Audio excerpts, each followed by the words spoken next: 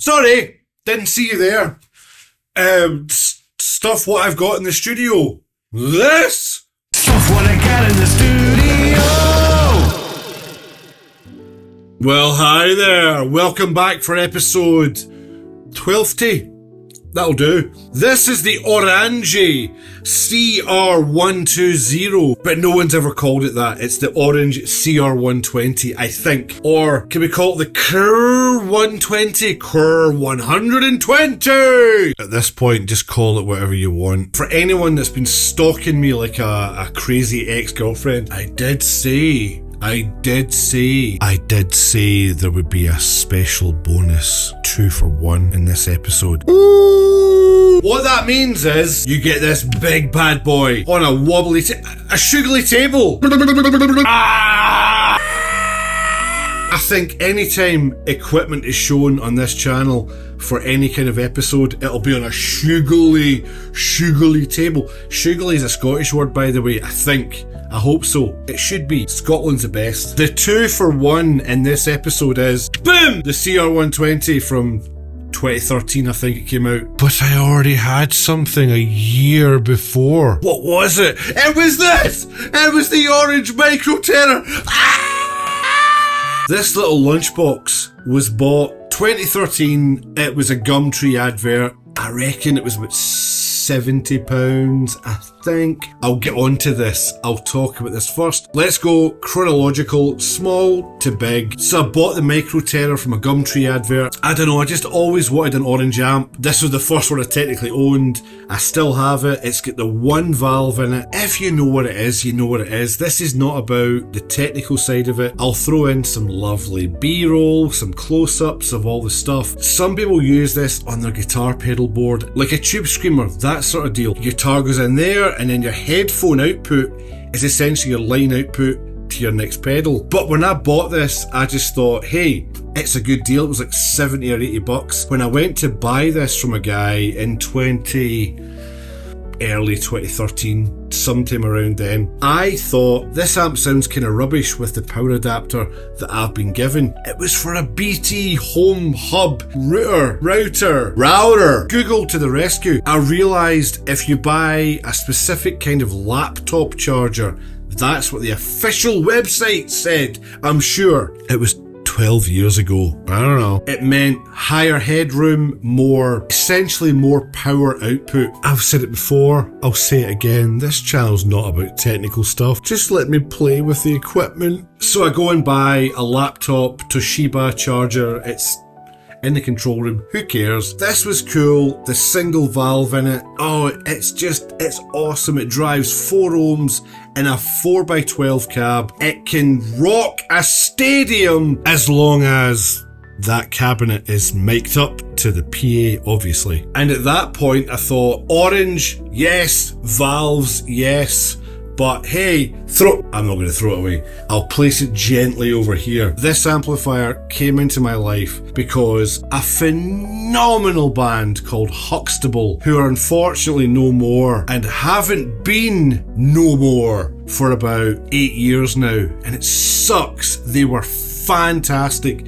Long-time friends of mine. I knew these guys going way back, and they were such a great band. 2 people, fantastic, guitar, drums, make a noise. I went to see them live at the Buff Club, Glasgow. I'd already done their first EP, 4 songs, I think. When I watched them live, Jordan was playing through this amplifier. The guitar player was playing through this amplifier. It is a guitar amplifier after all, but he played bass as well. Ooh, guitar and bass together at the same time. The signal was split to guitars and bass amps. This was what he was playing that night. Hey James, it's the new solid state kind of crush amplifier from Orange, but it sounds... Say no more. Once I watched them live for about 2 songs, I was already on eBay. I went home, looked at the prices, bought it before I went to sleep. Woke up the next morning, I'd had a few shandies.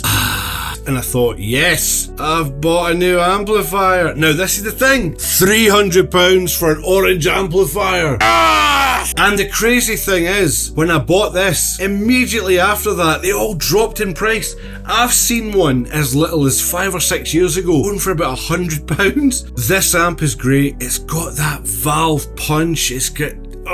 They did say their spiel on their website, on their press release, whatever, was they would never release a solid state amp until they felt it sounded like the valve amps they do.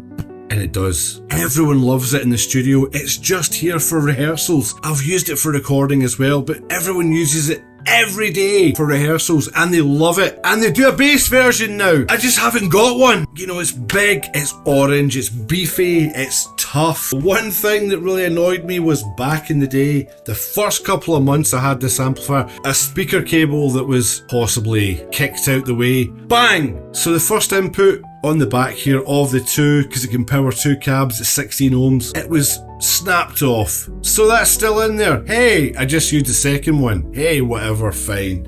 That first channel's never been used. And everything else is classic orange. I mean, clean channel, simple EQ, simple gain. There's 3 reverb settings. It's amazing.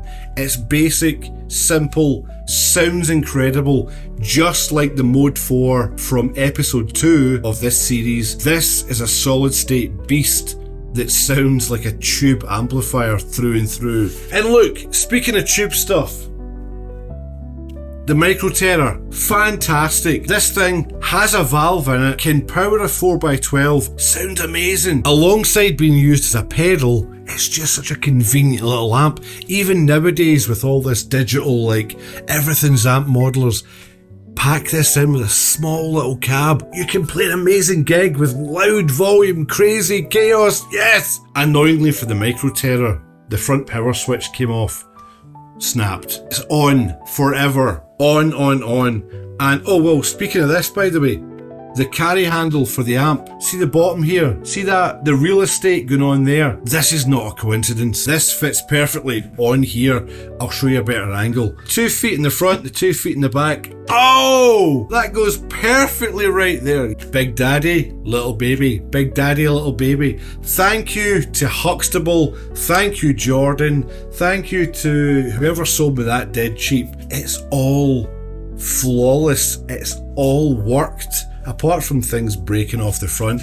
But that's what happens, we all break stuff and we all have bits falling off of us over the years. It all still makes good music. See you next episode, bye! Stuff what I got in the studio.